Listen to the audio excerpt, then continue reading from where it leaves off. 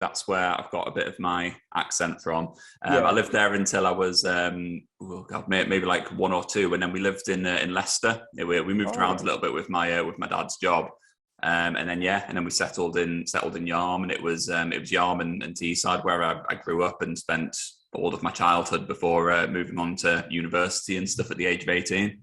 Yeah. So then, well, obviously when you've moved to Yarm, and like you say, you were growing up kind of in a peak time to be a Middlesbrough supporter. What was it that kind of really encouraged you to support Middlesbrough? Was it your friends or your parents? What was the influence to that? It was just kind of being surrounded by it, really. That makes it sound like it was kind of peer pressure. It wasn't kind of like that, but it was. You kind of move to the area and you make friends with people who live on your street or kind of live nearby, or people who you go to school with.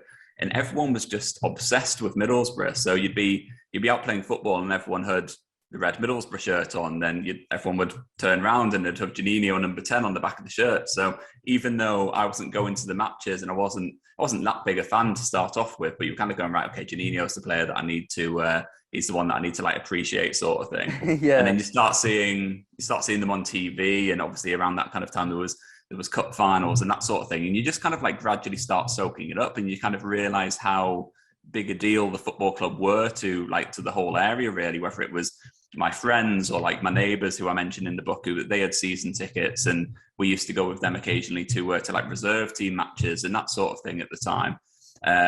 So all of that was just kind of I suppose just kind of like simmering away in terms of like building up my kind of love for the club. And then ultimately, yeah, when I did get my season ticket, it was kind of like delayed gratification, really, because I was kind of like I was ready to get in there and enjoy it and experience kind of seeing the first team like every week, because it was something I hadn't really done up until that point. Yeah, no, I think you nailed it. I think you were spot on in the sense of, yeah, you were, you'd moved up here, but yeah, you were fully kind of engulfed with it, weren't you? You were consumed everywhere you looked. It was there. It was kind of in your face. So I guess